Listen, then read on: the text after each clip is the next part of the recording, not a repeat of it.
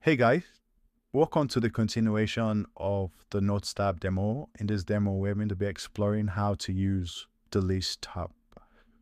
Now, the list tab enables us to add different list items to a list. We can start off by creating a grocery list of items that we want to get from the grocery store.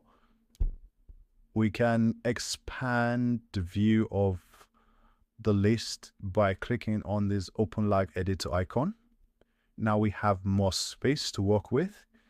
Now let's add more items to our grocery list. Let's call the first item tomatoes. We're going to get tomatoes from the grocery store. Now there are two ways to add a new item into a list. We can click enter here, or click on the list item button. All right, so those are the two ways to add new items to your list. Over here, we have different modes. We have an invoice mode that helps you to create invoices. All right, it helps us to create invoices. This is really handy. And we'll also have a math mode that allows us to add quantities and prices into our list. Let's say we are going to have pear in our list as well, not just tomatoes. We're going to add 2 quantities of tomatoes for $20. That's some expensive tomatoes, if you ask me.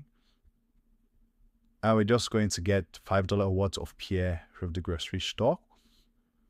As you can see here, as we put in the values, the total is automatically calculated for us, $45. If we increase the quantity, the total increases or changes as well, based on our values. So the list editor gives us the ability to do a lot of things like adding quantities and prices to our list. We can also use it as a means to add an invoice mode.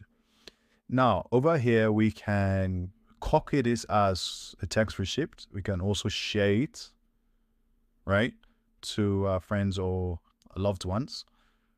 We can also export it as a PDF. If we click it, it's going to show as a PDF, which is really nice. It gives us this really nice PDF layout for us to use. All right. So let's copy this as a text receipt and click on done. As you can see here, the grocery list has been added. Now let's look at what we copied. As you can see, we have the copied text of our grocery list. So the grocery list is created by our lists here. The list editor is a really powerful one, right? And it's something I would encourage you to use often if you want to create lists. If you have a lot of times you create lists, you can use the list editor. Thank you guys for watching.